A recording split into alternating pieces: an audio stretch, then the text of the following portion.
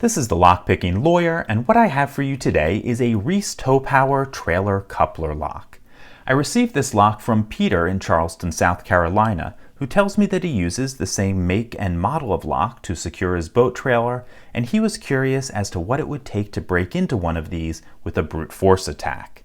That's what we're going to be doing today, but before we start, I have to say, Peter, you need a new lock. I can tell you just by looking at this that there's a number of vulnerabilities. First, we have a wafer core here that can easily be raked open. I'd imagine it's not going to take more than a couple of seconds. There we go. Then we have a ratcheting locking mechanism, and generally ratcheting mechanisms are not a good thing because they can often be shimmed with something like this. And if I just slide this into position, there we go, we should be able to slide that shackle out. Now, other than that, we have a couple of problems with the construction. This appears to be made out of cast zinc, which can easily be melted with a normal plumbing torch, or certainly cut with almost any kind of saw.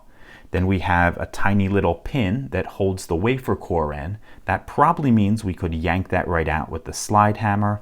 And with the way this lock core sticks out, I'd imagine we may even be able to break that off just by hitting it with a hammer. But we're going to go a little bit overkill today and see if we can break this open with the Ramset. Now, for those of you who aren't familiar with it, a Ramset is a powder-actuated nail driver, which harnesses the power of a 22 blank shell that you load right about here to press a piston forward. That piston, in turn, can drive a specially designed hardened steel nail into steel or concrete. What we're going to do is load one of those 22 blank shells and allow that piston to move forward unimpeded by a nail and strike this lock. The strike point is going to be right on the top of the cylinder there, and we're going to see if we can break the coupling between the cylinder and the shackle such that we can open this up. So let's take all this down to the garage and see what happens. Okay, we're out in the garage and I have a trailer coupler here in my vise. So let's lock this Reese Tow Power coupler lock to it. It's a relatively easy lock to use. You can see once it's in place, even if we open up the lock that comes with the coupler, this can't come off. Therefore, you can't get a trailer hitch into the coupler. Okay, now that we've got this on here, let's take our Ramset. We're going to load it up with one of our yellow tip shells. And I'm going to hit it right about there. See if I can find a good angle for this.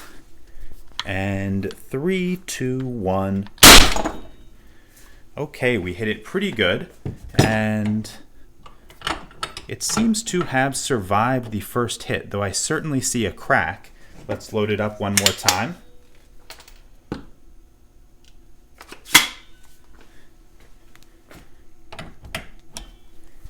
Three, two, one.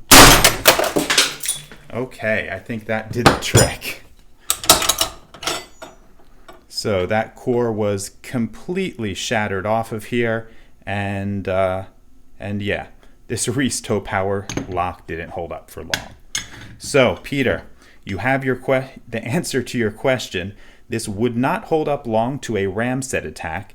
As for other attacks, you could pretty easily cut any piece of this off with a normal saw.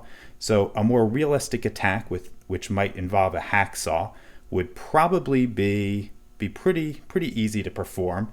They could probably melt the side of this with a propane torch. In sum, you need a better lock. That's all I have for you today. If you do have any questions or comments about this, please put them below. If you like this video and would like to see more like it, please subscribe. And as always, have a nice day. Thank you.